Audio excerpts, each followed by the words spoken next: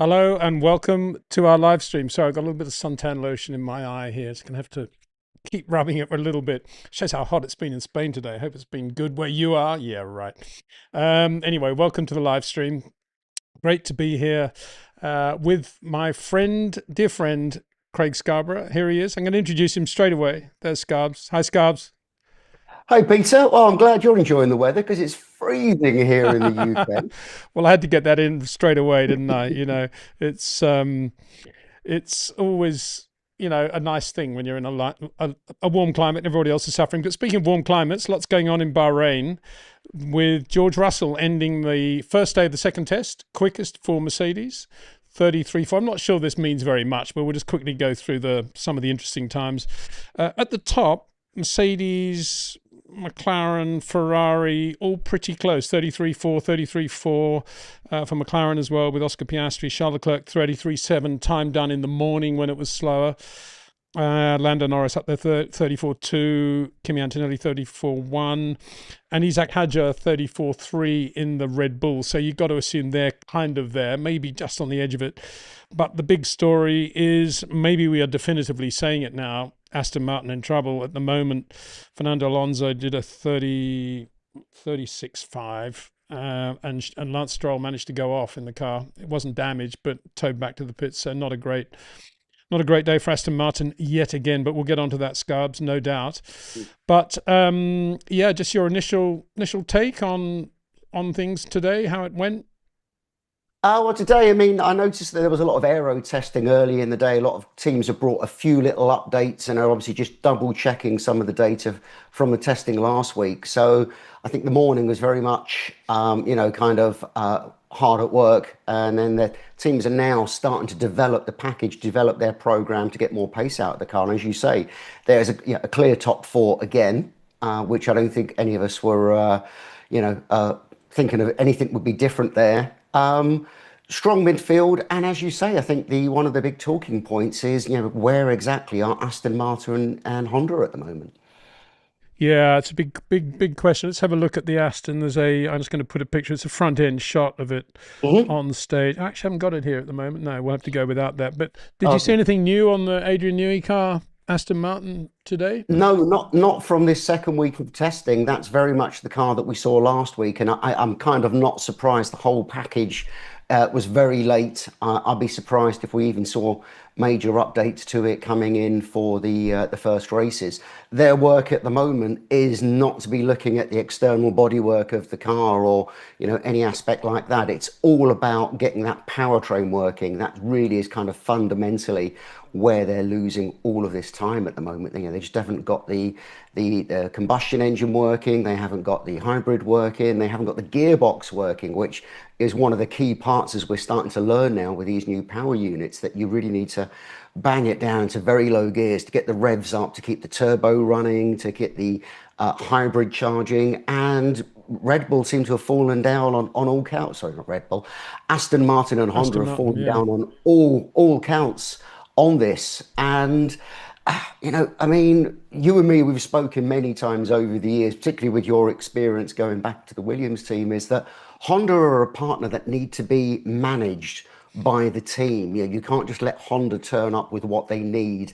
This has been an ongoing story with pretty much every partner they've ever had in Formula One. And I'm feeling that while this is a Honda problem fundamentally, that there is some mismanagement within Aston Martin that has allowed this to develop. Obviously there's very compressed timescales here, which hasn't really helped anybody. But in Formula One, is everything else in life, you learn from history. And if you look at everyone that's partnered with Honda, they've got to get it working. Adrian Newey has partnered with Honda and seen the good and the bad side of it. That doesn't feel like it's coming across here in 2026. So yeah, I mean, I think there's going to be quite a lot of talk and recriminations as this season gets underway, particularly if they have, as bad a turnout at the first races as they appear to be having during testing. Some people are saying that they're sandbagging. Yeah, I don't see how that would be of any benefit to anyone. So yeah, 100%, 107% rule is something we'll start to be talking about as we get through those free practices and into qualifying. in Melbourne in a few weeks' time. Yeah, I mean, it's on the face of it there, 3 seconds off the Charles Leclerc pace from this morning.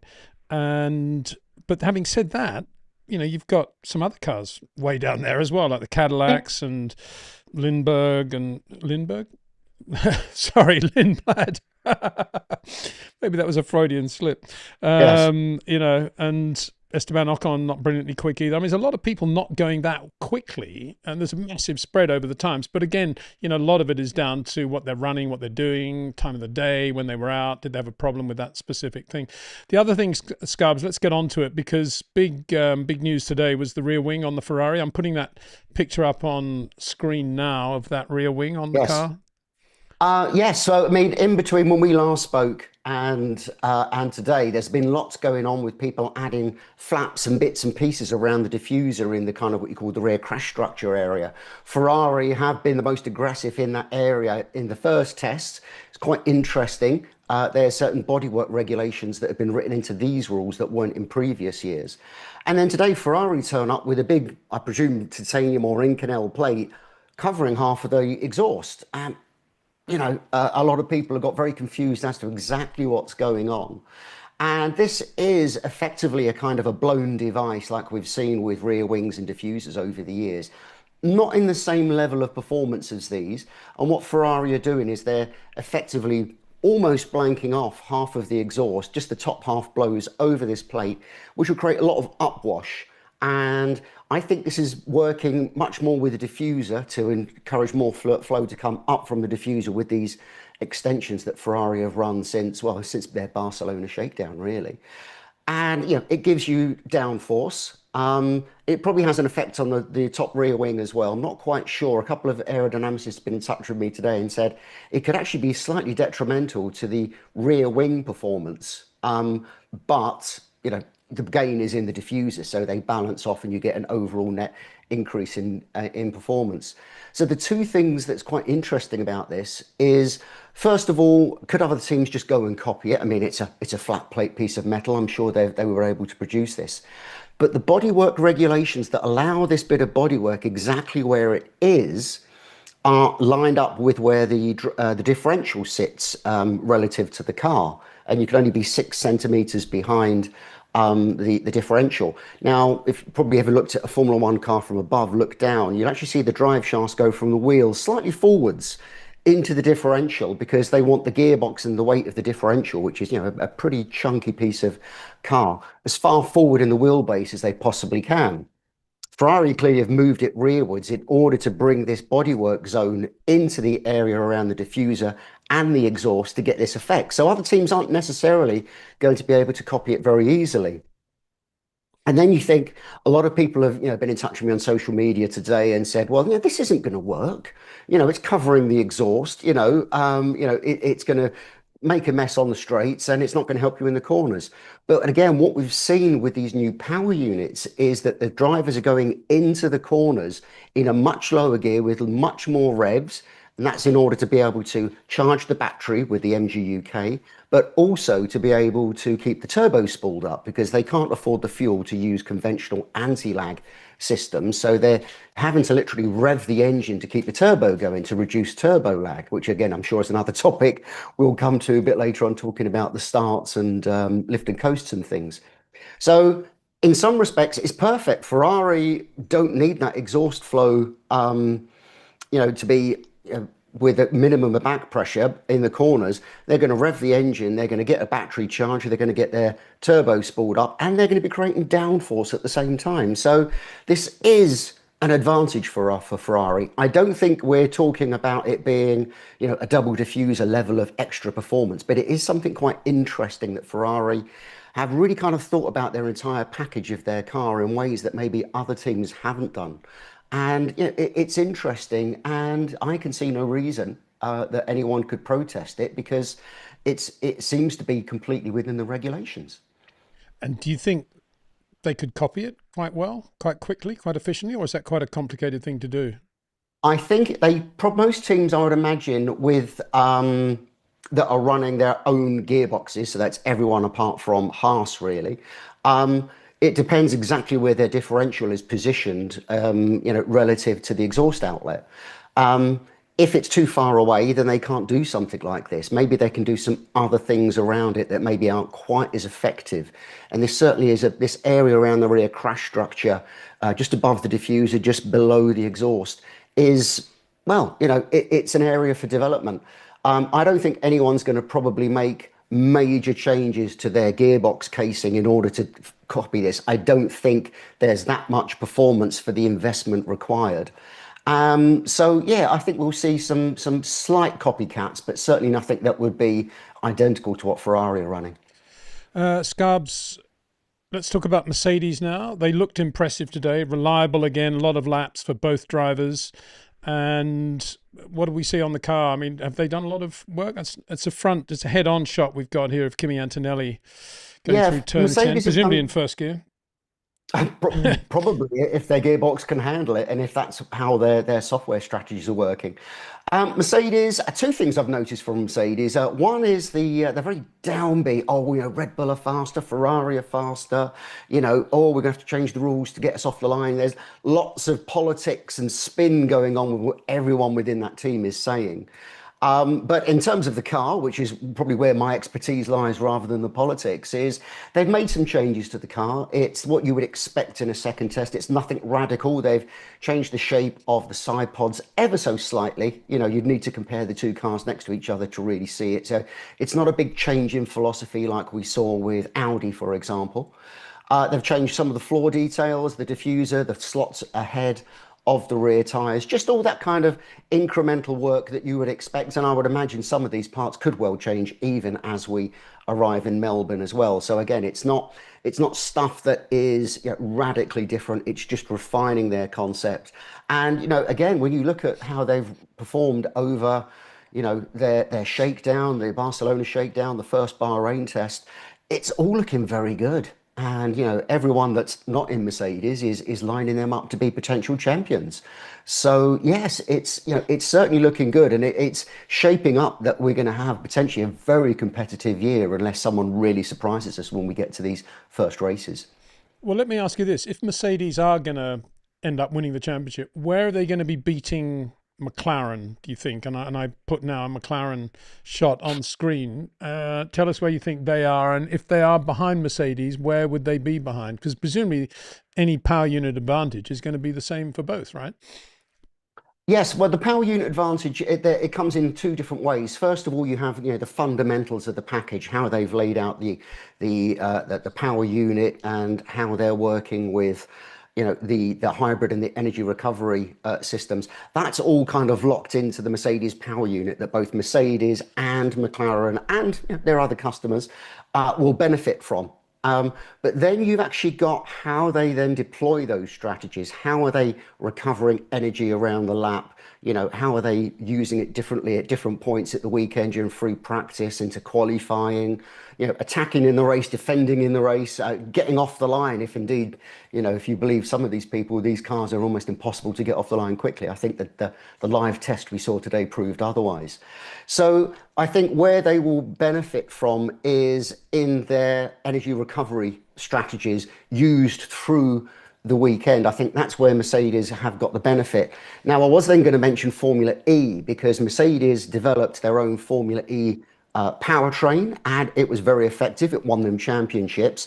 And a lot of the strategies that they are using in Formula E to recover energy, when to save energy, when to deploy it, that's all stuff that you learn in Formula E very quickly. And Formula One is kind of moving into that area where energy recovery and energy management is going to be probably the one thing that separates all of these cars through the year.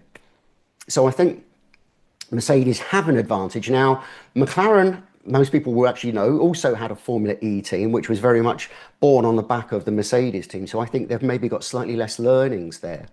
But I think the trump card that McLaren bring to this still will be tyre management. So everyone that I've spoken to, what are the things that are really going to make the difference this year? It's not necessarily going to be aerodynamics and blown flaps behind the exhaust. It's going to be tyre management in the race and going in for qualifying, and energy management, particularly again through qualifying and in the race. So it's quite evenly balanced between the two teams this year. And it's going to be a very long season.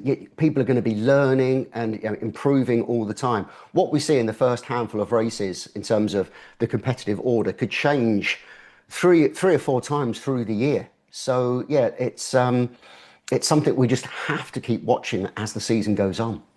When you look at the McLaren, and we know how good the car was last year with time management and indeed with a lot of other things, just general aero efficiency, how much of last year's aero ethos, do you see in this year's car? I mean, I think I see a lot of what we saw last year in the car, particularly with the suspension. So this will be their second, even in some respects, third year going on with this suspension concept that they have, where they don't run a front lower wishbone, they run independent links and some very interesting steering geometries. So I think McLaren should still hold some advantage, at least in the first part of the season in tyre management. The car looks, every bit as good in terms of the aero setup than the Mercedes. Now, I'd maybe say perhaps McLaren is slightly more interesting for me to look at in terms of some of the concepts. But again, I don't think that's going to make a huge difference between the two cars. So I think McLaren will take the advantage there. And I mean, from what we've seen so far, the Mercedes drivers seem quite happy with this switch to the front multi-link setup, which is one of the key things that McLaren have had in terms of getting the tyres to work in the way they want, at across all tracks, all temperatures. And we know that McLaren had some troubles with it, particularly last year, where initially Lando didn't like the steering feel, and then they changed it, and then it seems that Oscar didn't like the steering feel. In theory, they should have got that working for both drivers this year, but then it means will Mercedes and indeed all the other teams that have followed them with this front lower multi-link setup, are they going to struggle with the drivers just not getting that feeling through the steering wheel that they need so much to get these cars to perform? And these cars are looking quite tricky to drive. So if you haven't got confidence in the steering feel, then it can really eat away the time around the lap. Yeah, and there's, as we say, so many differences at the moment in the way they're operating the cars and using the tires and how they're using the management. It's just all over the place, really. It's very difficult to get a real picture of where we are. But having said that, let's talk now about Red Bull, where you think they are. Interesting, they ran, I think Isaac Hadjar ran all day today, right? Don't think Max. I never look at what I crash think, helmets in the car, I'll well, I be think he honest. did, yeah. And that's interesting because, if you're Aston Martin, you would think, well, let's just run Alonso and just get him to sort the car out. And they put Lance in the car and he wouldn't crash, but he goes off and costs them time, Mm, obviously, and more work for the mechanics. Anyway, going back to the point, Red Bull, they look to be pretty good, don't they? They've never, I mean, the yeah, first day they ran on the day one of the first test, Max looked fabulous in the car, and they've kind yeah. of never looked that sharp again. But I don't know whether that's just because they've been focusing on a lot of stuff. But we've got now an overhead shot of the car going into turn 10 from Yeah. today. What do you make of So the yeah, I car? mean, I think everyone is talking up. All of their rivals are talking up Red Bull as being the chassis and the power unit to beat. And I can see that there's a lot of validity in that. I wouldn't argue with that at all.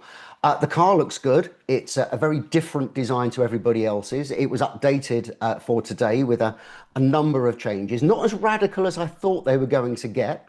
So they had a slightly reprofiled front wing and some changes to the front wing end plate.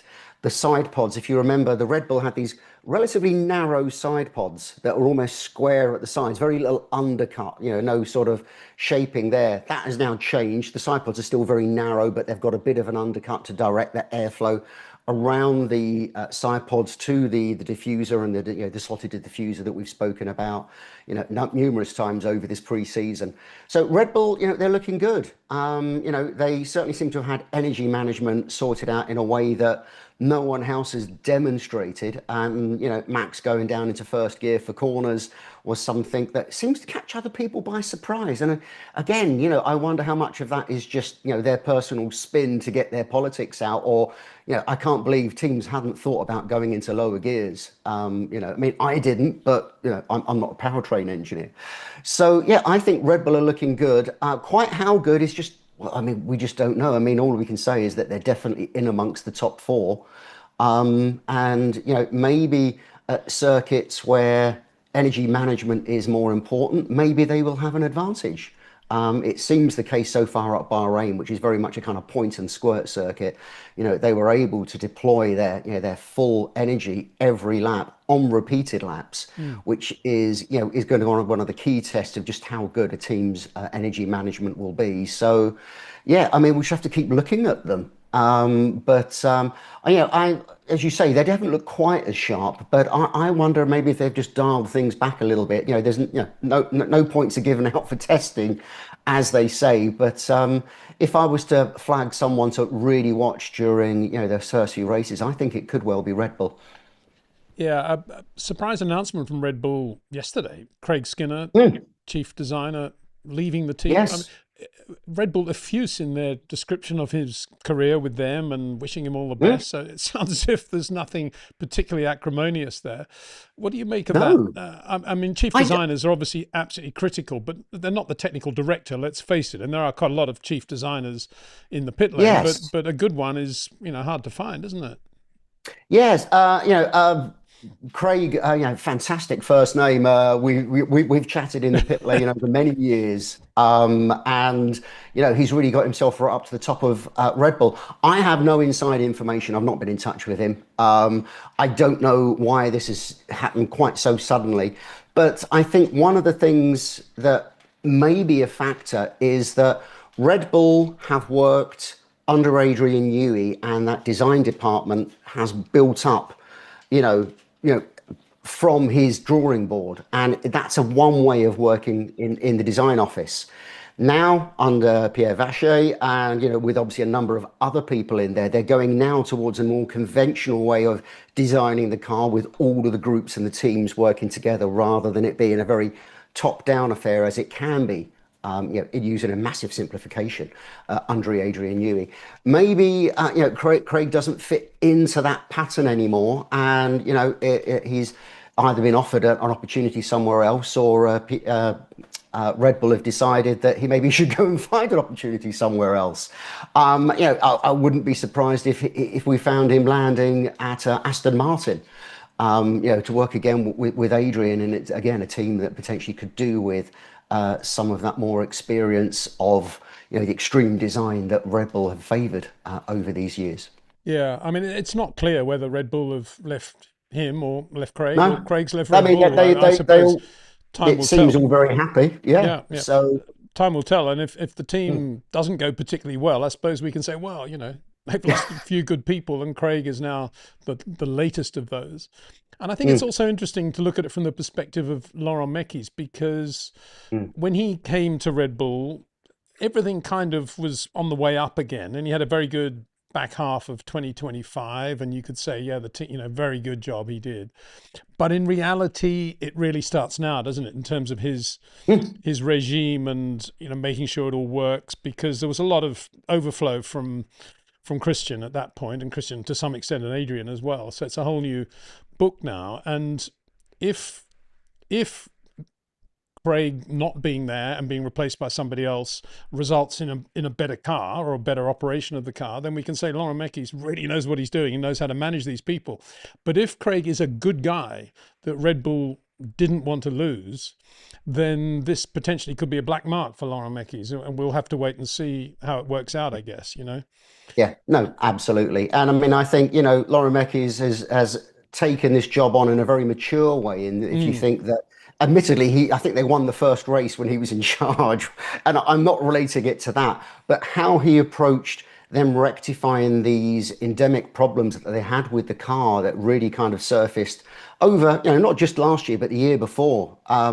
And eventually they'll realise that that the way that they were getting the car to work and the way they were relating it to the wind tunnel and the CFD results was wrong. And Mekis was quite diligent, and that they weren't pushing forwards with the 2026 program until they'd sorted out what these underlying problems are. So I think at the moment, it's thumbs up for him, and he's doing the right thing. Maybe this is an extension of that slow change. It takes a long time. These are huge design departments. Even the aero team, now are probably bigger than some of the design departments have ever been. So it's a slow job to turn this ship. And he seems to be doing the right job. But this year is the test, and I think as again, these cycles will go through this year where one team have suddenly got an advantage, and then someone else will, hopscotch over them. I think it's going to continue through the year. I think it will only be when we can sit back and look at this year, in its fullness, that we can pass any true judgments. Yeah, well, I think that's absolutely true. I'm going to start going through a few questions on the YouTube chat now, Scarbs. Before I do that, I just wanted to say that this show is going to end in about 20 minutes, and then we'll be going to a second show with Scarbs. It will be for members only, but this is an invitation for anybody out there watching. If you'd like to go deeper into everything we're talking about, Craig and I will be going backstage effectively with a members only video after this, taking members' questions, obviously. So that will be there, and we'll get through every question in the chat box for that show. We'll try to get through as many as we can now as well. But it's quite a simple thing. If you'd like to do it, I would appreciate it, obviously, on this channel. And to join the membership, the join tab is right next to the subscribe tab. I'm told it's quite easy. I haven't actually joined as a member of any other channel. I shouldn't really admit that, but I know several of you have done so already, and I really appreciate that. And we've got lots of membership benefits that will be coming up during the year, particularly chats with Scarbs, Mark Slade, and others before and certainly after selected Grand Prix this year, and after live streams, lots of great content like that. Anyway, Scarbs, just going back, I put up that first picture from the YouTube chat right now. This is from Grand Inquisitor. Hi, Peter and Craig. Is it true that Red Bull Powertrains PU is doing something special over many consecutive laps, and that this will result in a massive advantage in the race? And I suppose I would say, and if so, what at the end of that? Yes. So far, I mean, we've only really got the data from Bahrain, and people that really understand, how to read some of the data better than I do with the squiggly lines have pointed out very early that Red Bull had their energy recovery and deployment strategy working so much better than everyone else. It effectively meant that they had the maximum available energy to deploy whenever they needed it. And they were really struggling with, sort of having to do lift and coast or having to manage certain corners in ways that other teams were doing. Now, of course, we don't know whether these other teams were only playing with their strategies. Was it their best strategy they were playing with? Sorry, the dog's just barking at someone at the door. Scarbs, can I just stop for 1 second? I think there's a slight audio issue with this one. I just wanted to make sure that we haven't got an audio issue here. 1 second. I'm just going to get rid of that one and get another. Sorry about that. That's okay. It's probably the dog setting it off. Bad dog.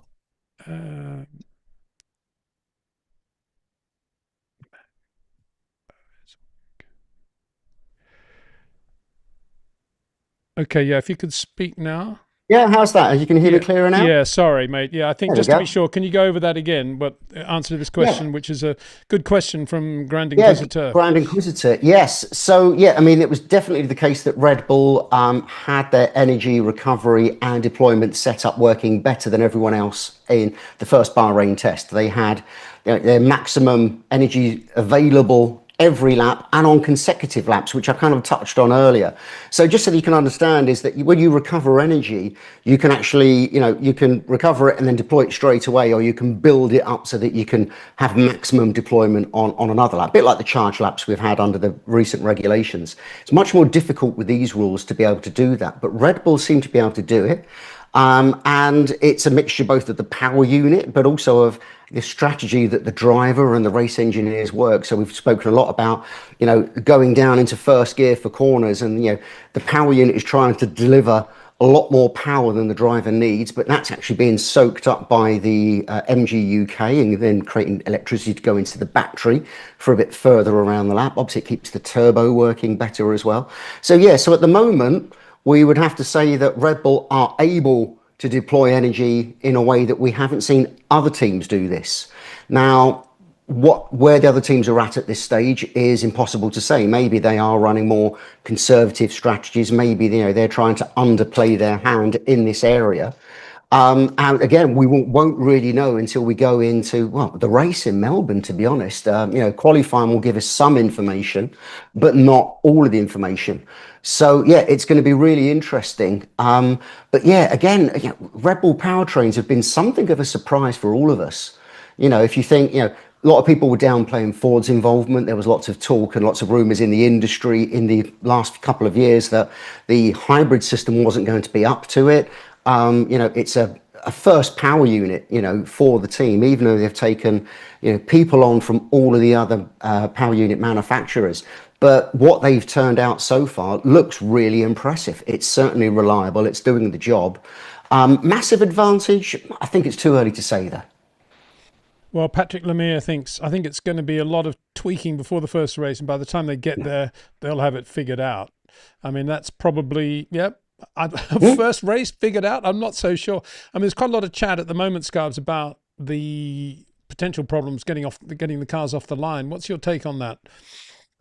I'm in two minds about this. On the one hand, I can see that there are some technical issues here. And there's been talk about this, for at least a year, according to Ferrari, who raised this quite early, that, we may have to rethink the start process because teams want to have as big a turbo as they can to create the power that they need. But of course, with bigger turbos, just like you have with road cars, rally cars, and every other car that runs a turbo, you size your turbo based on how much maximum power you want, but also how much drivability, how little lag you want. And without the MGU-H that we've had in recent years, and without the fuel to be able to use conventional, kind of pop WRC style anti-lag systems, the teams are having to work in it a different way. So yes, there is a factor there. But I think the amount of noise that came out quite late in that first Bahrain test it feels a bit more like a smoke screen. It's kind of, hey, everyone look over there. Ignore the compression ratio story. Ignore how we've been performing. We can't get these cars off the line. And it's like, really? How big a turbo do you need 10 seconds to spool it up? I mean, I've seen some ridiculous time attack cars with enormous turbos. They don't need 10 seconds to spool up. That's, it's absurd.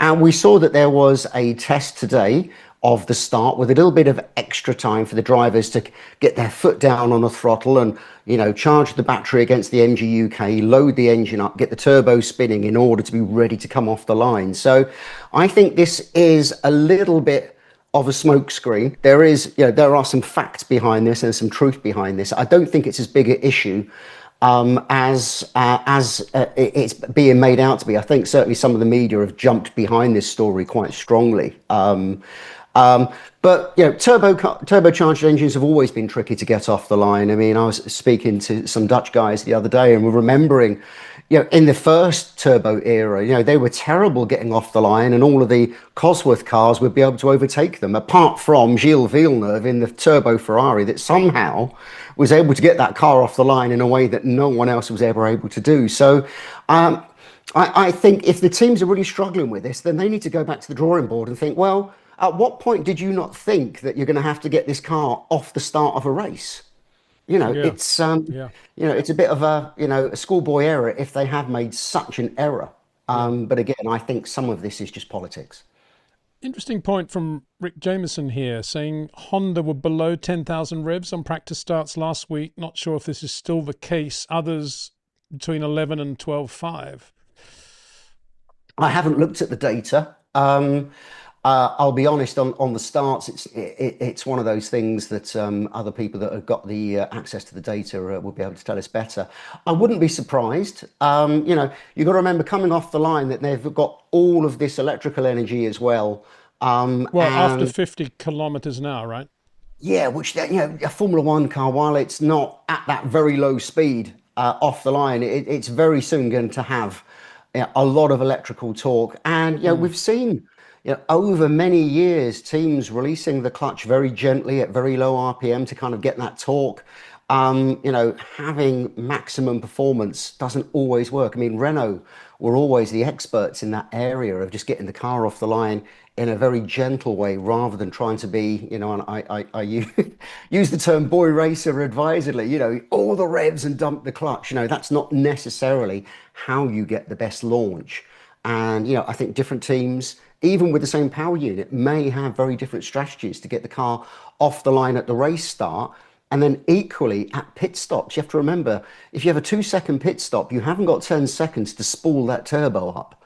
So, you've got to think about your entire weekend package when you're designing your powertrain. You can't just think about how you're going for the fastest laps. You need to think about, how are you going to cope with, getting ready for a qualifying lap? How are you going to get off the line? How are you going to get through pit stops, safety car periods, safety car restarts? All of this all needs to be factored in. And well, if some teams have been complaining this much, then they've really wasted a lot of time in the development of their power unit. And oddly, to say that Ferrari seem to have the jump on them, which is not something that we often say with the change in regulations. No, it isn't. And it's good to see in a way, isn't it? I think you'll probably quite like this question from Drew. Comment more than question, I think. Fair to say. Hi, Peter and Scarbs. Scarbs, I don't want to waste your time unnecessarily, but you are the right guy to ask questions about the new bio and synthetic fuels. I find it so cool how cars can run on fish and chips. I don't think there's any fish in there, is there? What is it that Shell describe it as? The biomass that goes into it or something. Maybe there is some fish in there. Potato juice. Well, maybe, poaching from Ireland might be useful. Yeah, I think it is interesting, and I hope that the power unit manufacturers and the fuel manufacturers talk to us a lot about what's going into these power unit fuels, because they are incredible. It is, again, new technology that I can't claim to have any knowledge about, beyond probably, being naive whether there's fish or chips in there. But yeah, it's one of these things that Formula One needs to be very good at talking about, because, synthetic fuels are a part of the future of extending the life of, internal combustion engines across the board.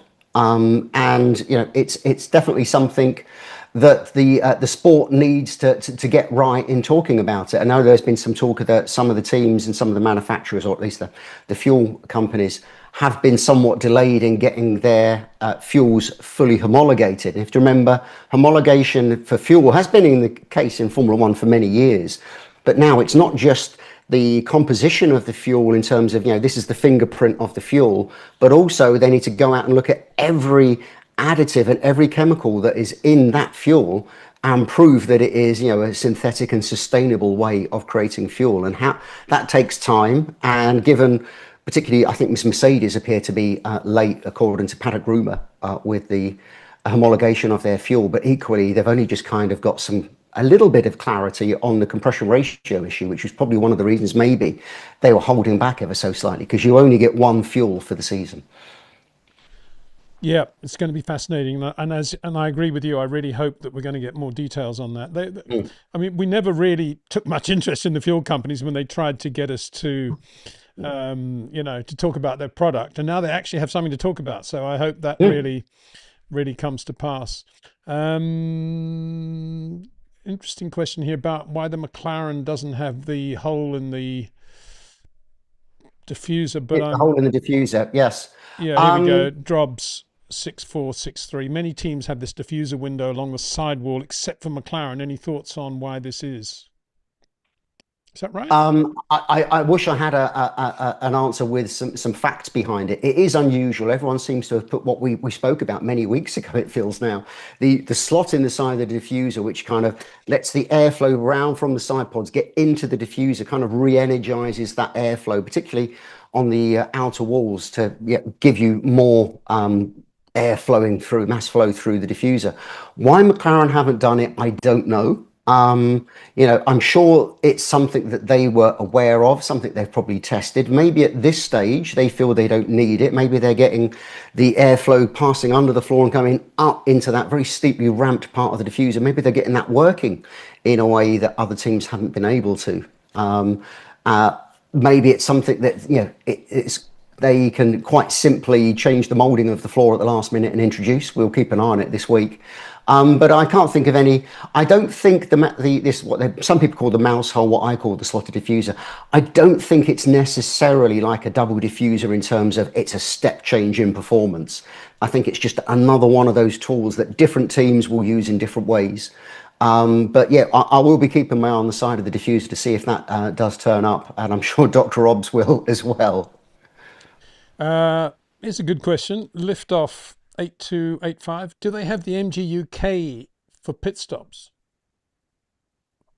For pit stops. Okay, so I think a lot of people were expecting the cars to be running through the pit lane on electric only, which I think is what they're probably trying to say.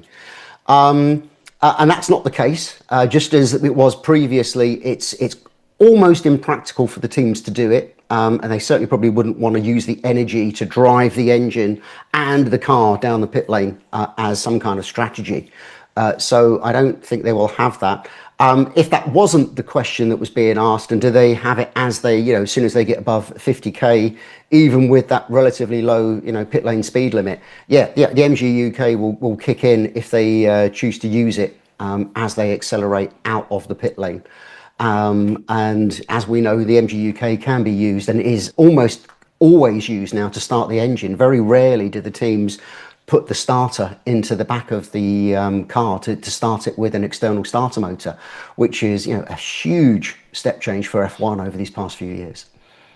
Scarbs, the compression ratio issue rears its ugly head yet again.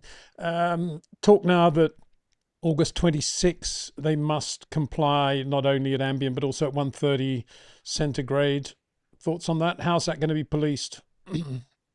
Well, again, there's a lot of facts missing from this, and even the statement today that they've got a way forwards that they will put to the teams to vote upon. And if you think that there's 4 Mercedes teams, therefore, seven non-Mercedes teams, how is that vote going to go? And I'm sure there's lots of lobbying with the FIA and with Mercedes and everybody else to try and work out what we're doing with this. So at the moment, I don't think we've got any true resolution. I think it will probably be the fact that this will get voted through, and then from the summer break that the Mercedes teams will have a very similar compression ratio cold to when it is hot, rather than it being 16-1 jumping up to 18-1. It will be 16-1 to 16 point something, which is probably what everyone else is getting.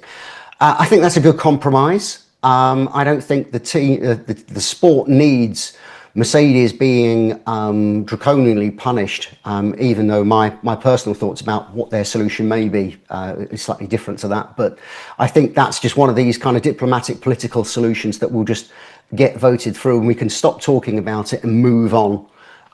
It seems to have grabbed way too much attention. And again, speaking to people that I know in the industry, that isn't the most important part of the power unit, for where we are at this point in the year. But I think it would be right that we get this understood, written out, and again, everyone can move on, particularly as they start to develop the power units over subsequent years. Last question before we go to our next show, and that is, do you think this new era of energy management is comparable with the old refueling era? Oh, that's an interesting point. I don't Yeah. think I thought about the. Yes, yeah, I think it is. I mean, a lot of people, and I think you get, again, simplifying things, you get two types of fans. Fans that just simply want to see drivers going flat out every second of the race, and they feel that in the past that's been the case. I can think of very few eras where everybody was running flat out and not having to manage, the life of the power unit, the fuel consumption, the tyres, the brakes, the state of the gearbox, or any other factor. Drivers have always had to manage these cars. I think how much the drivers have to manage is something that it's a bit more nuanced, and I can see how people can dislike it.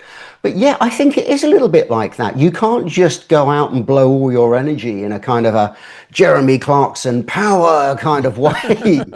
And I think some drivers will cope with this quite well. I think some drivers will find this quite natural and quite normal. Some drivers can probably be taught by their team ways to do this, and I think some drivers are just going to be kind of locked in a very rigid way of recovering and deploying energy, and maybe they will struggle. But yeah, you are going to have to think about how you're using that energy when you're trying to attack another driver or you're trying to defend. And I think some of the defenses issue could be super interesting because with the overtake mode, where the following driver, a bit like DRS used to be, gets an advantage, which is, longer deployment of more energy if he can recover and put it into the battery. So yeah, it's going to be interesting. I think the biggest problem is going to be is for the poor commentators to be able to understand what is happening because it's quite alien to us. I think people will understand that you can't just, blitz a car around on full boost and just use your fuel up, as we kind of could understand in the refueling era, which was fascinating. And if someone had a quick pit stop in the refueling era, it's not because they were a great pit crew, it's because they put less fuel in it. And I think we just have to learn to pick up the signals, and hopefully the TV graphics will help us in doing this. But it's going to be something that we're all going to have as our head scratching. I think a lot of people will be probably it will be unpopular with a lot of people. Well, yeah, which is not necessarily a good thing, is it? I mean, the reality is it shouldn't be this complicated, maybe. I mean, it's very political. A lot of the decisions that have been taken are no doubt political. There's no Yeah, doubt about that. And there's no doubt. We've yeah, we've ended up with a with a compromise. race car designed by committee, and Yeah, we've that's a ended up with a camel. compromise, and compromises are Yeah. never good. And I know you've been a fan of Formula E for a long time. Well, not a Mm. fan. You've respected Formula E, correct? And you from day one, you Well, respected what Formula E was trying to do. And I've always made the point that I think Formula One missed the boat because they should have created Formula E. They should have owned Formula E, and it should have been mm, part of Formula One's template. It should have been yeah, there, and it should have been yeah, something they'd developed with their own technology, with the teams helping with the Formula E yeah, teams, more or less as they are now. But it's a yeah. separate deal, isn't it? And It then is. Formula One Yeah. could have remained the big show. Fuel, tire, Well, everything else. exactly. Formula One's taken on F1 Academy, and that seems to be working very well from everyone. Formula Three, Formula Two still seem to be, as popular as they've ever been. Always that issue of getting the F2 champion into F1, which I think is somewhat unresolved. But yeah, Formula E, I mean, I enjoy it from a racing perspective. I massively enjoy it from the technical perspective. And one of the good things is that the people in Formula E are much more open about talking about the technology than Formula One has been. I mean, really, we've had, hybrid systems in Formula One since 2009. And how much has anyone ever talked about the battery? I mean, almost never. I think there's one video that Mercedes has put out, which is of, some real interest, but still there's a massive gap in our understanding of what's going on there. And Formula E has been good with that. And I think Formula One could be better at that. But equally, I know a lot of people are very anti-electric, anti-hybrid. And, Formula One's future direction, I think, still lays in the balance. And I think everyone would have, a different opinion of where it should go. Well, it's interesting you mentioned the battery because next Wednesday we have a live stream in the morning with Gavin White as our guest, the CEO of a company called Energy, and they have been consulting and working with some of the Formula One teams as we go into this new era. It's a battery, effectively a battery company, so that'll be live. And of course, the fans, will be able to ask him questions on YouTube chat. But in addition, Scarbs, I'd like to invite you to be live there and ask him questions as well. I'm sure that No, you'll have absolutely. Yeah, some. I'm fascinated to learn. Again, we all have to kind of re-engineer our brains sometimes to go from carburetors to fuel injection, from petrol to hybrid, and batteries is one of those things that we just thus that are really interested in the technical side, really want to learn about. Scarbs, thanks so much for your input. For now, we're going to restart with the second show in about 10 minutes. So those of you who are members who've been watching, don't go away. Your show is coming up. And those who haven't yet become a member, I totally get it. If you think, well, at the moment, let's wait and see. Don't really want to spend any money. Had Peter's YouTube channel for free for so many years. Why should we have to start paying it? Well, simple answer. I'd quite like to start paying the wonderful guests we have on the show, including Mr. Craig Scarborough, who has been one of my great supporters, one of the great supporters of our channel for many years. So Scarbs, I'd like to say thank you for that.